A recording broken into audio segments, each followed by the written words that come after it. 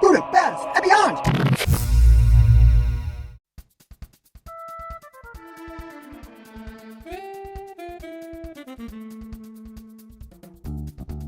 In 2014, the statue of Lieutenant Columbo and his dog from the famous television show Columbo was unveiled. The bronze lieutenant was part of an overall rejuvenation project for that area of Budapest, and although exactly why the figure was chosen is a bit of a mystery. Why is there a statue of Columbo in the middle of Budapest?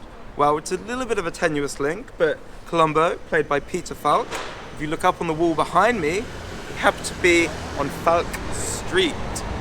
That's why we think we have Columbo in Budapest. According to the organizers, actor Peter Falk is known to have had Hungarian roots on one side of his family, and he may have been related to the 19th century Hungarian political figure Miksa Falk, after whom the street the statue is located on is named.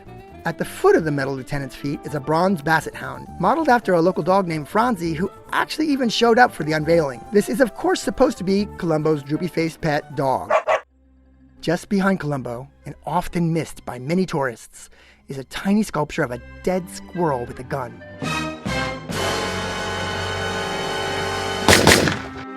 This mini sculpture is part of the Budapest Tiny Hidden Sculpture series, and it was not part of the original Columbo installation. But now there's a mystery to solve.